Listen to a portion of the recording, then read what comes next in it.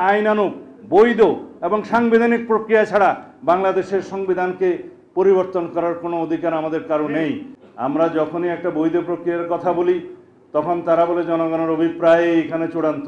হ্যাঁ, জনগণের অভিপ্রায় চূড়ান্ত। জনগণের অভিপ্রায় প্রকাশিত হয়েছে গণ অভ্যুত্থানের মধ্য দিয়ে, সেই অভিপ্রায়ের মধ্য দিয়ে এই সরকার প্রতিষ্ঠিত হয়েছে, সঠিক। কিন্তু এই অভিপ্রায়কে বাস্তবায়নের জন্য তো আমাদেরকে সুপ্রিম কোর্টের দ্বারস্থ হতে হয়েছে, আর্টিকেল 106-এর দ্বারস্থ হতে হয়েছে। আমরা সুপ্রিম কোর্টের মতামতের ভিত্তিতে এই অন্তর্বর্তীকালীন সরকারের গঠন দেখেছি, উপদেষ্টাদের শপথ দেখেছি। আমরা সেটাকে বৈধ প্রক্রিয়া মনে করি।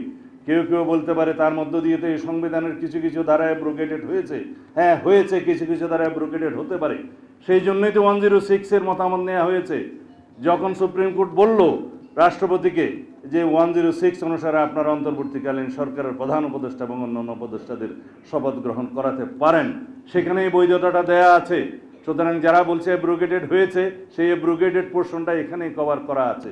হ্যাঁ, যদি এখনো প্রয়োজন হয়, জাতির প্রয়োজনে, যদি জরুরি প্রয়োজনে সংবিধানের কোনো বিষয়ে ভায়োলেট করার বা এখনই কার্যকর করার প্রয়োজন হতে পারে, সেই বিষয়েও আমরা সুপ্রিম কোর্টের মতামত নিতে পারি। যে কোনো একটা আইনানুগ বৈধ এবং সাংবিধানিক প্রক্রিয়া ছাড়া বাংলাদেশের সংবিধানকে পরিবর্তন করার কোনো অধিকার আমাদের কারো নেই। তাহলে পরে এমন একটি পরিস্থিতির নজির সৃষ্টি হবে, যে নজিরটা আগামী 2 বছর পরে, 5 বছর পরে বারবার কোনো না কোনো দাবির মুখে পড়বে যে এইভাবে এই প্রক্রিয়ায় আবার সংবিধান পরিবর্তন করেন। রাষ্ট্র কোনো ছেলে খেলা নয়। 18 কোটি মানুষের ভাগ্য নিয়ে আমরা চিনিমিনি খেলতে পারি না। এই রাষ্ট্রকে একটি নিয়মতান্ত্রিক পদ্ধতিতে চলতে দিতে হবে। কোনো রাজনৈতিক দলের অভিসন্ধির কাছে আমরা কোনোদিন মাথা নত করতে পারি না। এই জনগণের স্বার্থই চূড়ান্ত, এই জনগণের অভিপ্রায়ই চূড়ান্ত। এই দেশের সার্বভৌম জনগণই হচ্ছে চূড়ান্ত সিদ্ধান্ত দেওয়ার মালিক।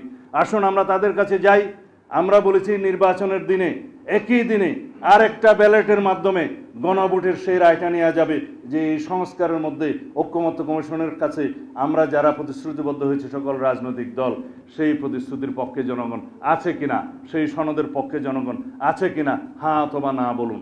যদি জনগণ হ্যাঁ বলে, তাহলে সেই পার্লামেন্ট, সেই নির্বাচিত সংসদের প্রত্যেকটা সংসদ সদস্য আইনানুগভাবে ম্যান্ডেট প্রাপ্ত হবে এই সনদ বাস্তবায়নের জন্য। তারা বাধ্য থাকবে সেই সনদ বাস্তবায়নের জন্য। আমরা সেই প্রক্রিয়ার কথা বলেছি, কিন্তু না, তাদের কথাই মানতে হবে যে সাংবিধানিক আদেশের মধ্য দিয়ে অবৈধভাবে এই ঘোষণা নাকি এখনই জারি করতে হবে, উইথ ইমিডিয়েট এফেক্ট, যে আজকে থেকে কার্যকর হলো ধরে নিয়ে। সংবিধান তো কোনো কচু পাতার পানি নয়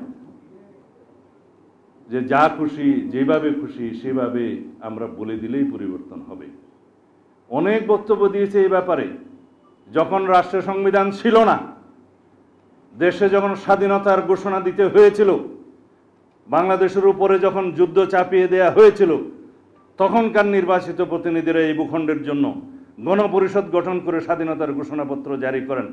সেখানেই জনগণের সামনে তারা বললেন, তারা গণপরিষদ গঠন করলেন। তারা রাষ্ট্রপতি, উপরাষ্ট্রপতি এবং মন্ত্রী পরিষদ গঠনের জন্য তারা এখতিয়ার দিলেন এবং তারা জনগণের পক্ষে রাষ্ট্র পরিচালনা করলেন। তারা জনগণের পক্ষে সমস্ত আইন কানুন প্রেসিডেন্ট অর্ডারের মাধ্যমে জারি করলেন। সেই বৈধ প্রক্রিয়ার মধ্য দিয়েই বাংলাদেশ চলেছে। পরে সংবিধান হয়েছে, সেই সংবিধান অনুসারে নির্বাচন হয়েছে। নির্বাচনের পরই সেই সাংবিধানিক প্রক্রিয়া রাষ্ট্র রেগুলারলি এসেছে। এখানে কোনো অনিয়ম হয়নি। এখন পর্যন্ত 17 বার এই রাষ্ট্রের সংবিধান পরিবর্তন হয়েছে, অ্যামেন্ডমেন্ট হবে, আগামীতে 18 বারও হবে। পৃথিবীর কোনো কোনো রাষ্ট্রে এই পর্যন্ত, উন্নত রাষ্ট্রেও 127 বার পর্যন্ত 1947 সাল থেকে এই পর্যন্ত সংবিধান পরিবর্তন হয়েছে। জনগণের জন্যই সংবিধান।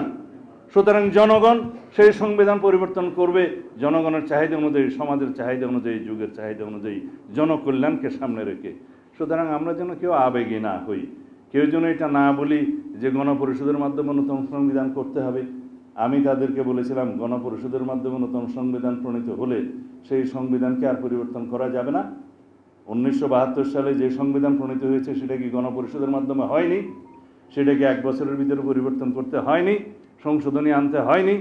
নতুনভাবে যদি গণপরিষদের নামে আমরা একই জিনিস ধারণ করে এটাকে নতুন সংবিধান নাম দেই, তখন কি সেই সংবিধান পার্মানেন্ট হয়ে যাবে, ধর্মগ্রন্থ হয়ে যাবে? সেটা কি পরিবর্তন করা যাবে না? অবশ্যই পরিবর্তন করা যাবে জনগণের চাহিদা অনুযায়ী।